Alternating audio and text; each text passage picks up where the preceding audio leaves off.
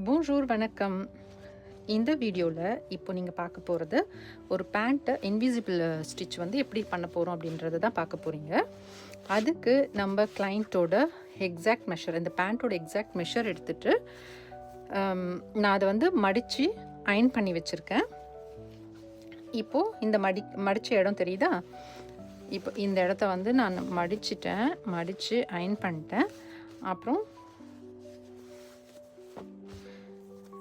இங்கேருந்து அப்வர்ட்ஸில் வந்து ஒரு 4 சென்டிமீட்டர்ஸ்க்கு வந்து ஒரு மார்க் பண்ணிக்கணும். இந்த மேல் பக்கம் ஃபுல்லாக நான் மார்க் பண்ணி வச்சுருக்கேன். அதே மாதிரி மார்க் பண்ணிக்கணும். சம்டைம்ஸ் நம்ம என்ன பண்ணுவோம், தப்பாக மார்க் பண்ணிவிடுவோம். இங்கேருந்து இந்த கீழ்ப்பகுதியிலேருந்து மேலே எப்படி மார்க் பண்ணுவோம், அந்த மாதிரி பண்ணக்கூடாது. இல்லாட்டி கீழே இருந்து இந்த பக்கம் வந்து 1 சென்டிமீட்டர் இப்படி விடுவாங்க, அந்த மாதிரி பண்ணக்கூடாது. இப்போ எங்கே மடிச்சிருக்கோமோ அங்கேருந்து தான் வந்து மேல் பக்கமாக வந்து நம்ம மார்க் பண்ணணும். அதுதான் வந்து உங்களுக்கு கரெக்டான மெஷராக இருக்கும். அப்போ இந்த மாதிரி தான் பண்ணணும். இந்த மெத்தட் நான் சொல்கிறது நம்ம வந்து ஹேண்ட் ஸ்டிச் பண்ணுறதுக்கு தான். ப்ளஸ் வந்து யார்கிட்ட இன்விசிபிள் ஸ்டிச்சிங் மஷின் இல்லையோ இல்லை ஓவர்லாக் மஷின் இல்லையோ அவங்க வந்து இந்த மாதிரி மெத்தடை வந்து ஃபாலோ பண்ணலாம். இப்போ இது நம்ம மடிச்சுட்டு இங்கே நான் மார்க்கும் பண்ணி வச்சுருக்கேன். இப்போ என்ன பண்ணலாம், இப்போ இந்த மார்க் பண்ண இடத்த மடிக்கணும். மார்க் பண்ண இடத்த இப்படி மடித்து பின் பண்ணிக்கோங்க. இப்படி இந்த லைன் ஃபுல்லாக நீங்கள் இந்த ரவுண்ட் ஃபுல்லாக பின் பண்ணிக்கலாம். அது ஆல்ரெடி நான் பின் பண்ணி வச்சுருக்கிறது காமிக்கிறேன் பாருங்கள். இதுதான் நான் மார்க் பண்ணிவிட்டு இது பின் பண்ணி வச்சுருக்கேன். நல்லா அயன் பண்ணிக்கோங்க, நல்லா ப்ரெஸ் பண்ணி அயன் பண்ணிக்கோங்க. அயன் பண்ணிக்கிட்டிங்கன்னா உங்களுக்கு இந்த மாதிரி ஒரு ரிசல்ட் கிடைக்கும். இப்போ என்ன பண்ணணும், என்ன கலர் பேண்ட் இல்லைனா ஸ்கர்ட்டு கவுன் எது எடுத்துருக்கீங்களோ அதே கலரில் ஒரு நூல் எடுத்துக்கோங்க.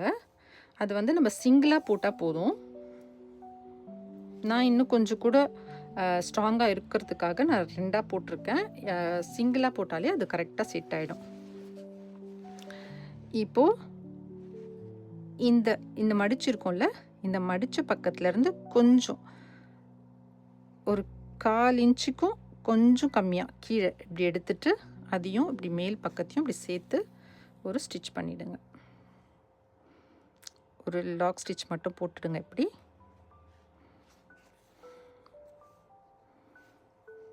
இது செட் ஆகிடும். இப்போ இது பின்னாடி தெரியாது, நம்ம போட்ட ஸ்டிச் வந்து பின்னாடி தெரியாது.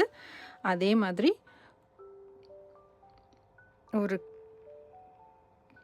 ரொம்ப நிறைய வந்து எட்ட போட்டால் ரொம்ப பார்க்குறதுக்கு அழகாக இருக்காது. அப்போ ரொம்ப பக்கத்தில் கிட்ட போட்டால் நல்லாயிருக்கும். ஸ்டிச்சிங் வந்து பார்க்க ப்ராப்பராக அழகாக இருக்கும். இந்த மாதிரி ஸ்டிச் பண்ணி இந்த லைன் ஃபுல்லாக நம்ம கம்ப்ளீட் பண்ண வேண்டியது தான்.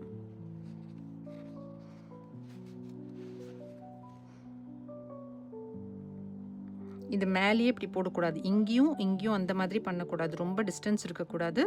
மடித்த இடத்துல இருந்து உள்பக்கமாக கொஞ்சமாக கிளாத் எடுக்கணும். ஒரே ஒரு நூல் மட்டும்தான் எடுக்கணும் அந்த பேண்ட்லேருந்து. அதுக்கப்புறம் மேலே வந்து லைட்டாக இப்படி பண்ணிவிட்டு ஒரு லாக் பண்ணிட்டீங்கன்னா பின்னாடி எந்த தையல் தெரியவே தெரியாது, நூலே தெரியாது, ஃபுல்லாக இன்விசிபிளாக இருக்கும். இந்த மாதிரி மெத்தட் வந்து நம்ம கோட்டுக்கு பேண்ட்டு, அப்புறம் வந்து சில ஃப்ராக்கு கவுனுக்கெல்லாம் வந்து இந்த மாதிரி ஸ்டிச் பண்ணுவோம்.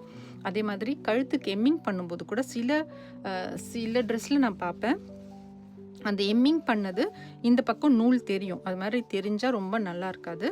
அப்போ அதனால் ஒரே ஒரு சிங்கிள் நூல் மட்டும் இந்த துணியிலேருந்து எடுத்துக்கோங்க. அதே மாதிரி இந்த மேலே இருக்க துணியிலேருந்தும் ஒரே ஒரு நூல் மட்டும் எடுத்து இப்படி பண்ணிட்டீங்கன்னா உங்களுக்கு இங்கேயும் ஸ்டிச்சஸ் தெரியாது, இங்கேயும் ஸ்டிச்சஸ் தெரியாது. பார்த்தீங்கன்னா தெரியும். ஓகேங்களா?